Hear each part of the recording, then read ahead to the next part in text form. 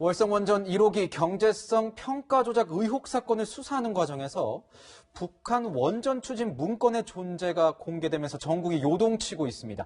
2018년 1차 남북 정상회담이 끝나고 2차 회담이 열리기 직전 작성된 것으로 보이는 문건들인데요. 국민의힘은 적을 군사적으로 이롭게 한 반역 행위, 즉 이적 행위라고 주장하고 있습니다. 네, 청와대와 여당은요, 이와 관련해 북한과 논의한 건 없었다며 도 넘은 북풍 조작이라고 맞서고 있습니다. 선거를 앞두고 여야의 정치적 싸움은 앞으로 더욱 거세질 것으로 보입니다. 안보겸 기자의 리포트 보시고 관련 분석 이어가겠습니다. 정부가 북한에 원전을 지어주려고 한 건 이적 행위라는 김종인 국민의힘 비대위원장 발언을 놓고 청와대에 이어 민주당도 책임을 묻겠다고 나섰습니다. 청와대 출신 민주당 의원들이 앞장섰습니다. 1, 2차 남북 정상회담 당시 대통령 국민소통 수석을 지낸 윤영찬 민주당 의원은 회담 과정에서 북한 원전 건설은 단 한마디 언급된 적도 없다고 강조했습니다. 앞서 산업부 문서가 작성된 2018년 국정상황실장이었던 윤건영 의원도 북한 원전 추진 논의는 없었다며 망언에 근거를 대라고 압박했습니다.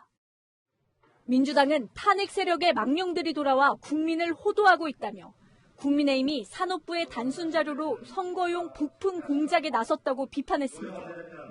국민의힘은 명백한 국기문란 행위라며 진실을 밝히라고 날을 세웠습니다.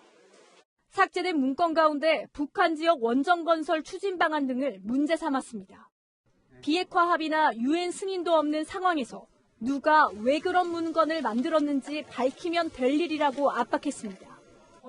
김웅 국민의힘 의원은 핵무기 폐기 없이 남북 정상회담용으로 원전 건설을 제안했다면 명백한 이적 행위라고 지적했습니다.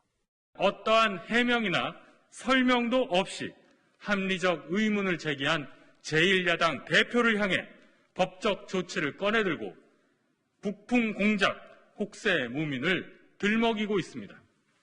안철수 국민의당 대표는 국정조사와 특검으로 진실을 밝혀야 한다고 말했고 국민의힘은 당 진상규명위원회를 구성하기로 했습니다.